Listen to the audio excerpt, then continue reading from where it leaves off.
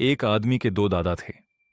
एक PhD holder, government job, बड़ा घर, बड़ी गाड़ी, फिर भी हमेशा पैसों के लिए परेशान।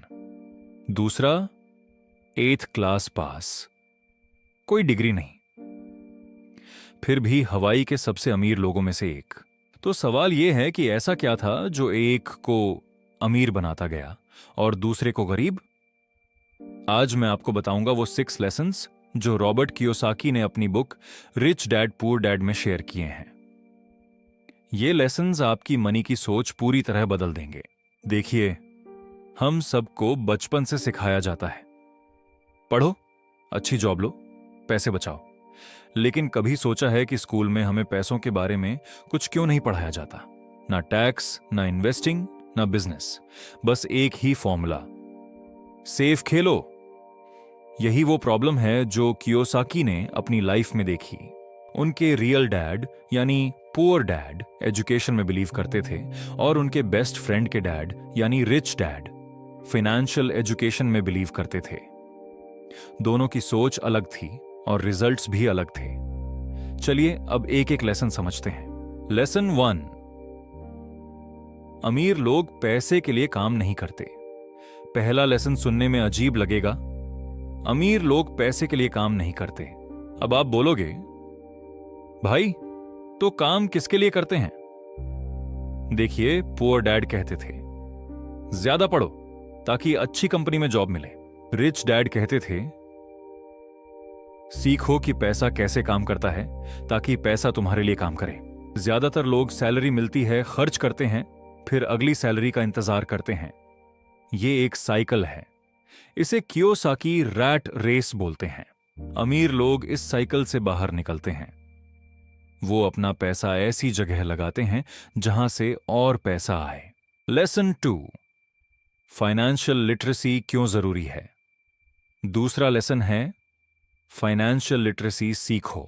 रिच डैड कहते थे कि अमीर और गरीब में सबसे बड़ा फर्क यह है कि अमीर लोग एसेट्स खरीदते हैं और गरीब लोग लायबिलिटीज खरीदते हैं, लेकिन उन्हें लगता है कि वो एसेट्स खरीद रहे हैं। अब सिंपल भाषा में, एसेट वो चीज है जो आपकी जेब में पैसा डाले, लायबिलिटी वो चीज है जो आपकी जेब से पैसा निकाले। एक बड़ी गाड़ी ये लायबिलिटी है क्योंकि ईएमआई, इंश्योरेंस, पेट्रोल सब जेब से जा रहा है। लेकिन एक रेंटल प्रॉपर्टी ये एसेट है क्योंकि हर महीने रेंट आ रहा है। ये बहुत सिंपल कॉन्सेप्ट है, लेकिन ज्यादातर लोग इसे समझते नहीं हैं। तीसरा लेसन है माइंड योर ओन बिजनेस। इसका मतलब यह नहीं कि जॉब छोड़ दो, इसका मतलब है कि जॉब करते हुए भी साइड में अपनी एसेट्स बनाओ। रिच डैड कहते थे तुम्हारा प्रोफेशन तुम्हें जिंदा रखता है, लेकिन तुम्हारा बिजनेस तुम्हें अमीर बनाता है। तो अगर आप जॉब करते हो तो बहुत अच्छी बात है, लेकिन सैलरी का कुछ हिस्सा स्टॉक्स में, म्यूचुअल फंड्स में या किसी स्मॉल बिजनेस में जरूर लगाओ। धीरे धीरे ये एसेट्स इतनी बड़ी हो जाएंगी कि एक दिन आपको जॉब की जरूरत ही नहीं रहेगी। चौथा लेसन थोड़ा एडवांस्ड है, लेकिन बहुत पावरफुल है। रिच डैड कहते थे कि अमीर लोग टैक्स सिस्टम को समझते हैं और लीगली अपने पैसे बचाते हैं। एक नॉर्मल एम्प्लॉई पहले कमाता है, फिर टैक्स देता है, फिर खर्च करता है। लेकिन एक स्मार्ट बिजनेस ओनर पहले कमाता है, फिर खर्च करता है और फिर बचे हुए पर टैक्स देता है।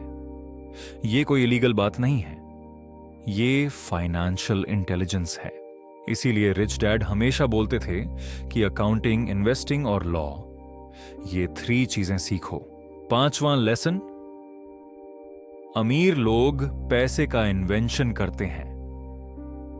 इसका मतलब है कि ऑर्डिनरी लोग अपॉर्चुनिटीज का इंतजार करते हैं, लेकिन अमीर लोग अपॉर्चुनिटीज क्रिएट करते हैं। जहां सब प्रॉब्लम देखते हैं, रिच डैड वहां अपॉर्चुनिटी देखते थे।